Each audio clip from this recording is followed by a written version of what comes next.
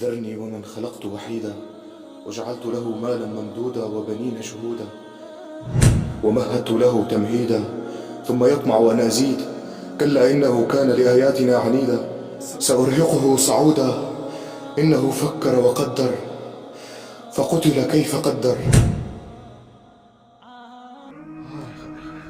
یہ بڑی رکت انگیز آیات آ رہی ہیں ولید ابن مغیرہ کے بارے میں. سیدنا خالد ابن ولید رضی اللہ تعالیٰ عنہ کے جو والد تھے نا، وہ بہت انٹلیکچوئل آدمی تھے، عرب کے ذہین ترین لوگوں میں شمار ہوتے تھے، امیر ترین لوگوں میں ولید ابن مغیرہ. شام یعنی طائف کے اندر بھی اور مکے کے اندر بھی ان کے اپنے آپ سمجھ لیں ایسٹس موجود تھے. تو اب یہ ولید بن مغیرہ جو تھا نا، یہ چونکہ ذہین بھی تھا، سمجھدار بھی تھا، بڑا جہاندیدہ بندہ تھا. جیسے ہر یعنی معاشرے میں ایسے انٹیلیجنشیا ہوتا ہے، تو کافروں نے میٹنگ کر کے اس کو لانچ کیا کہ یہ جا کے نا نبی علیہ السلام سے دو ٹوک جا کے بات کرے، کیونکہ آپ علیہ السلام کی دعوت پھیلتی جا رہی ہے، تو کوئی ذہین بندہ بھیجیں مناظرے کے لیے، ٹھیک ہے، جو مناظرہ کرے. اب آپ علیہ السلام کے پاس جب وہ آیا، آپ صلی اللہ علیہ وآلہ وسلم سے جب گفتگو شروع ہوئی تو اس نے ہر طرح سے سوال کر کے آپ کو نا چیک کیا، جس کا ذکر جو ہے نا وہ پچھلی صورت میں بھی گزر چکا ہے. میں نے پہلے بتایا تھا، آگے آ کے نا اس کی ڈیٹیل بھی آئے گی. سورہ المعارج میں تھا یا سورہ قلم میں تھا. تو اب وہ نبی علیہ السلام سے ڈسکشن کر رہا ہے، پھر واپس آتا ہے اپنے وہ دار الندوہ کے اندر جہاں پہ وہ بیٹھا کرتے تھے. اچھا، یہ ساری چیزیں نا عمر سیریز کے اندر انہوں نے فلمائی ہیں جناب. ولید بن مغیرہ بھی دکھایا ہے، اور وہ جو میٹنگز کرتا ہے، جو مل کے آتا ہے، تو وہ بڑا اس کا چہرہ لٹکا ہوا ہوتا ہے، وہ ذہین بندہ ہوتا ہے. اب وہ اس سے پوچھتے ہیں بتاؤ کیا بنا، کیا اس کو ہم جادوگر کے؟ ان کا نہیں، جادوگروں کو میں جانتا ہوں، یہ جادو کلام جادوگروں والا ہے ہی نہیں. نقول ساحر هو ساحر ما هو بالساحر لقد رأينا السحار وسحره فما هو بنفسهم ولا عقلهم. پھر وہ کہتے ہیں شاعروں کا، شاعروں کا تو مزاج ہی کچھ اور ہوتا ہے، عشق مشوقی والا. اس شخص کا تو پورا کریکٹر ہمارے سامنے ہے، شاعر بھی. شاعر اذن ما هو بالشاعر لقد عرفنا الشعر كله هزجه ورجزه وقريضه ومبسوطه فما هو بالشعر. کاہن، ان کا کاہن کہاں سے؟ ہمارے سامنے یہ پل بڑھ کے جوان ہوا ہے، اس کا کریکٹر ہمارے بالکل سامنے ہے. ایک ڈائنامک آدمی تھا، کبھی اس کا کاہن کے ساتھ نہ کوئی دوستی رہی ہے، نہ کبھی کوئی کسی مجالس میں اس طرح کا شریک ہوتا تھا. نقول كاهن. نعم لا والله ما هو بكاهن لقد رأينا الكهان فما هو بقول الكاهن ولا سجع.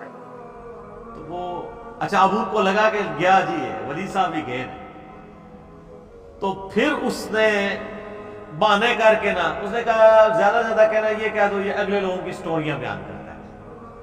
حالانکہ قرآن میں کیا صرف اگلے لوگوں کے واقعات ہی ہیں؟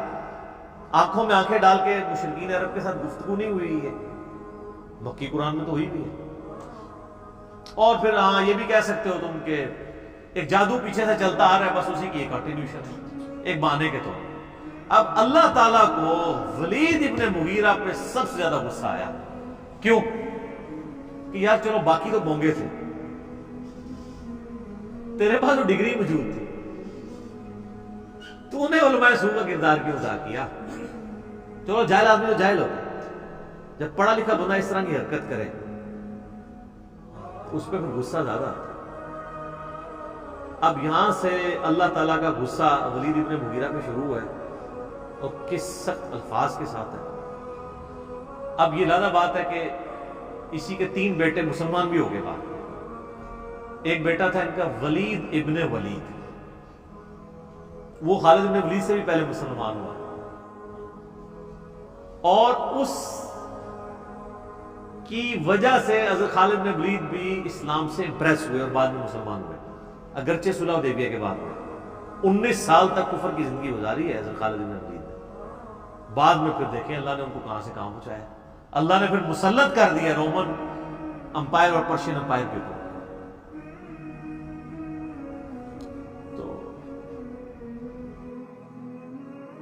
دوسرا بیٹا تھا خالد ابن ولید اور تیسرا ہشام ابن ولید. یہ 3 بیٹے ہیں جو مسلمان بھی ہوئے.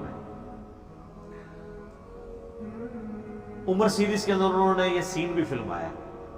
جب خالد بن ولید مسلمان ہوئے نا تو کافروں نے اب ان کو تانا دینا شروع کر دیا کہ اس نے وہ دین قبول کر لیا ہے جس کی جو ٹیکسٹ بک ہے اس میں اس کے باپ کے بارے میں اتنی سخت باتیں موجود ہیں, تو یہ کیسے تلاوت کرے گا ان آیات کی.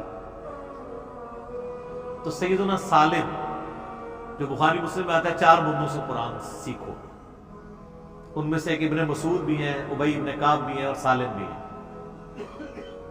یہ یعنی ینگ سے نوجوان تھے. ان کے پاس حضرت خالد بن ولید آتے ہیں اور کہتے ہیں مجھے قرآن سکھاؤ. یار اسلام بڑوں بڑوں کی عقل توڑ دیتا ہے.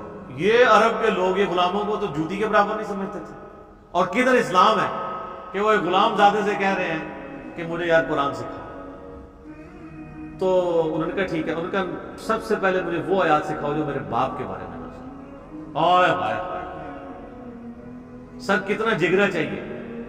اور وہ انہوں نے جو سین فلمایا ہے نا, وہ بندے کے آنسو نہیں رکتے. آپ اگر عمر سیریز میں وہ دیکھ لیں کہ کیا کیفیت ان کے اوپر طاری ہوتی ہے, کتنا ان کو پسینہ طاری ہو جاتا ہے. یار آپ ذرا امیجن کریں نا کہ ہم میں سے کسی کے ماں باپ کے بارے میں قرآن میں آیات ہو کہ اللہ تعالیٰ فرمائے کہ اس کو ہم عنقریب دوزخ کے اندر جھونکیں گے جہاں وہ نہ زندوں میں ہوگا نہ مردوں میں, اور یہ کہنے والا اس کائنات کا مالک ہو جس کے اوپر کسی کی دھونس نہ چل سکتی, جس کا فیصلہ کوئی ریورٹ نہ کر سکتا, تو اس بندے کی کیا کیفیت ہوگی. اب وہ آیات شروع ہو رہی ہیں. اب آپ کو ان آیات کے اندر درد جو محسوس ہوگا نا, وہ اس ساری گفتگو کے بعد آپ فیل کریں گے. ذرنی ومن خلقت وحیدا, اے نبی چھوڑ دیں اس کو جس کو ہم نے اکیلا پیدا کیا تھا.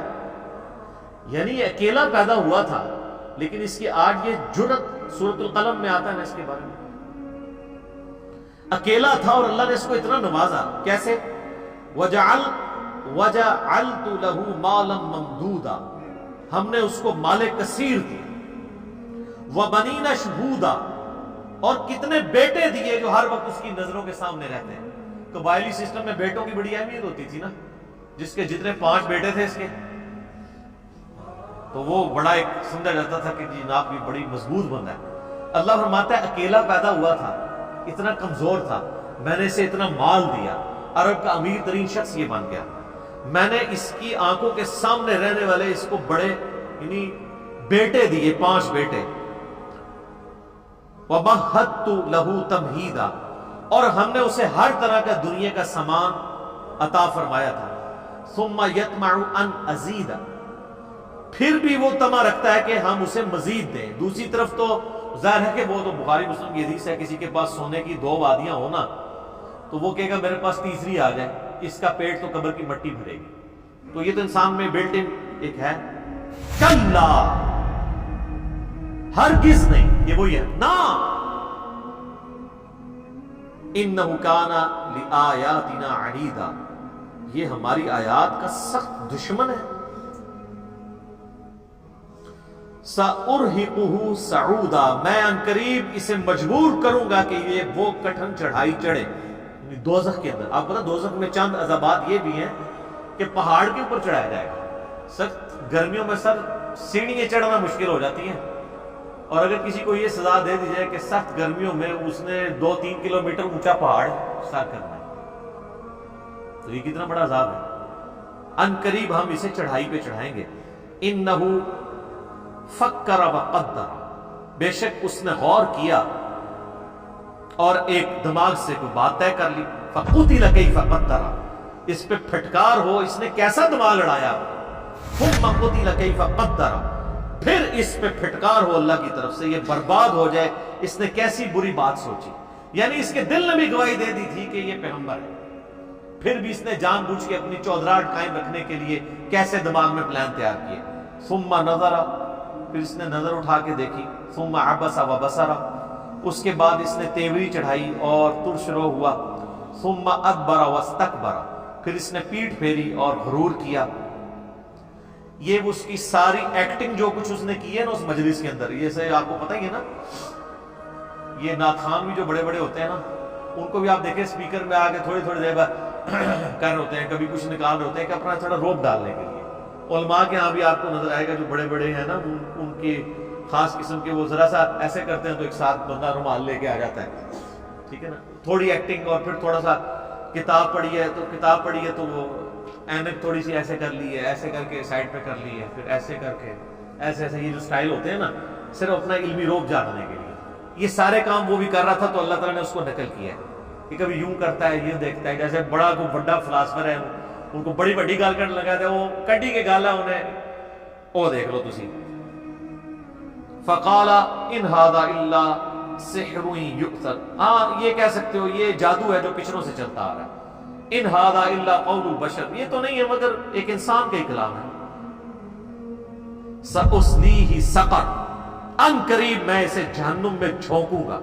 وما ادراک ما سقر, تمہیں کیا سمجھ گئے جہنم کیا ہے, یہ جہنم کی آگ کیسے, لا تبقی ولا تذر, نہ باقی رکھے اور نہ ہی چھوڑے. قرآن میں آتا ہے ثم لا يموت فیہا ولا یحیا, نہ وہاں کوئی زندوں میں ہوگا پھر نہ مردوں میں. سورہ فرقان میں آتا ہے آج ایک موت نہیں کئی موتیں مانگو. وہ کافر کہیں گے اللہ موت آ جائے جان ہی چھوڑ دے, لیکن موت نہیں آئے گی. اللہم اجرنا من النار, اللہم اجرنا من النار, اللہم اجرنا من النار, آمین. اللہم من احییتہ منا فاحیہ علی الاسلام ومن توفیتہ منا فتوفہ علی الایمان.